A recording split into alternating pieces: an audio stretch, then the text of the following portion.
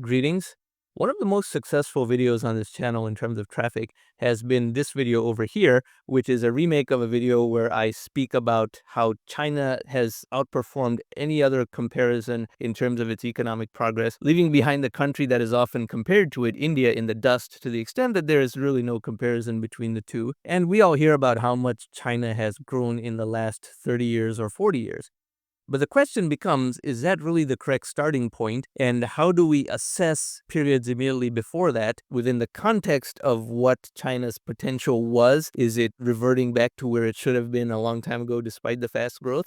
And things like that. So I go to this chart here from Google, and this is the per capita GDP in US dollars of China in relation to sub-Saharan Africa. And we know that when China undertook substantial modernization and new reforms in the 1978-79 period, because Chairman Mao had passed on and now you had Deng Xiaoping, then it started to grow more quickly. But before that time, for 30 years before that period, China was in fact doing extremely poorly. It was consistently one of the poorest countries in the world. It had a number of disasters enacted by Mao, such as the Cultural Revolution and the Great Leap Forward, which caused the death of many tens of millions of people, depending on what death you attribute to those direct actions versus not. They really tried to micromanage many aspects of the economy. They even tried to make some undesirable creatures extinct, and the poor sparrow was caught in that because the sparrow was very unfairly lumped along with the rat, the mosquito, and the cockroach. But of those four, only the sparrow was the one that they managed to get close to near extinction. And this led to a crop failure because the sparrows were no longer there to eat the insects that were destroying crops, and millions of humans died of starvation as a result. So this chart only goes back to 1960, but the period in question we want to take is 1950. And as you can see here, China was much poorer than sub-Saharan Africa in the 1960s, 70s, and 80s. And it only shot ahead in the early 1990s. And now it's so far ahead that the two should not even be compared. In fact, China is turning all of Africa into its own vassal state and natural resource extraction center. China's per capita GDP of 9,770 even in 2018 versus sub-Saharan Africa of just 1,585 is a huge gap. One would scarcely believe that there was a time when their fortunes were almost reversed. In 1981, sub-Saharan Africa was more than 4.5 times more prosperous than China. So was the turnaround really dependent on just Chairman Mao passing on and Deng Xiaoping saying that we now have different priorities in China and we're going to focus on economic growth to the exclusion of other militarism and micromanagement of the economy that China experienced under Mao? Well, for the most part, at least as per the data, the answer is yes. So I'm going to show you a PowerPoint presentation about how to look at this. From 1950 to 1979, there was virtually no growth in China's economy, and it was consistently one of the poorest countries in the world. I mean, absolute poorest, often in the bottom 10 or 15, with most of sub-Saharan Africa doing better than China. So while the growth rate from 1979 to present has been a very impressive 8% a year, higher than any other country of any significant size over the same period, this should be viewed in the context of it just reverting to the trend line relative to the suppression against the trend line from the 1950 to 1979 period.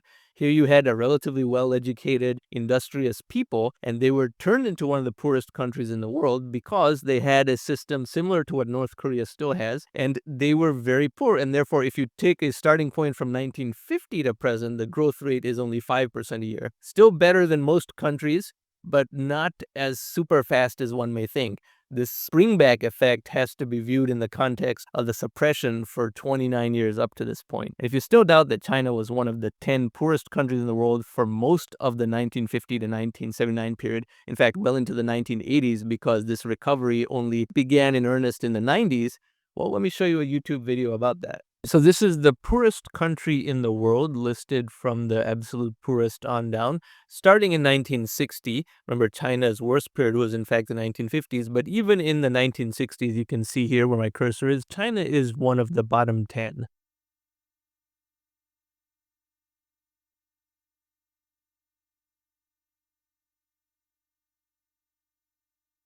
And this continues onwards, so we'll skip ahead a fair bit into the 70s.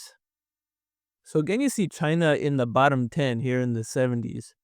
And in 1978, this is when China hit its lowest point. It was the third poorest country in the world. Only two countries, Nepal and Guinea-Bissau, were poorer than China in 1978, and only one sub-Saharan African country, Guinea-Bissau. Every other country you could possibly think of was more prosperous than China. China was the third poorest country in the world within the lifetimes of many people still alive today, 1978. So we continue. Now, even here in the 80s, China is still in the bottom 10.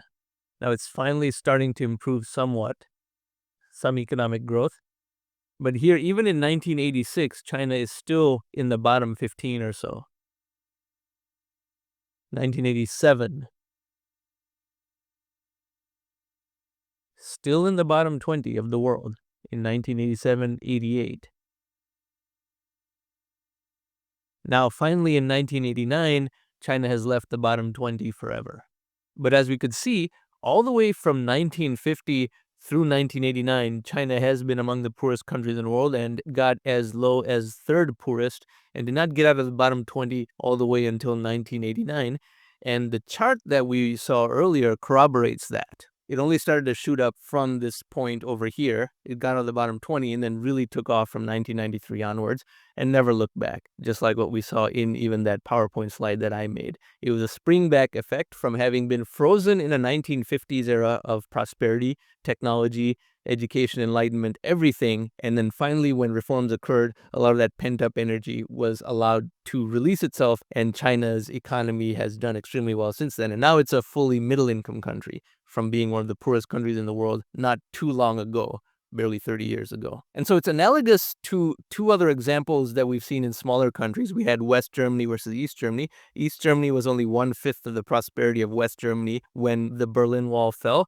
And then when unification occurred, the integration and parity took some time to manifest, but has largely been successful. But that communist system made East Germany only 1/5 as prosperous as West Germany was. And so we saw that as one example. And then an example closer to China and very similar to China is North Korea. After the Korean War, the two halves of Korea proceeded along their respective models. And until the mid-1980s, North Korea was not behind. You could not have predicted necessarily that South Korea would do this much better than North Korea relative to where they were in the mid-80s, because communism in the beginning does not hamper a country from its trend line. Only over time does the negative baggage tend to accumulate and the disincentives and people forgetting how to work. And so now South Korea is, of course, 20 times more prosperous than North Korea. So China can be considered a combination of North Korea and South Korea in that it was like North Korea in the early part of this period, 1950 to 1979. It started some market reforms.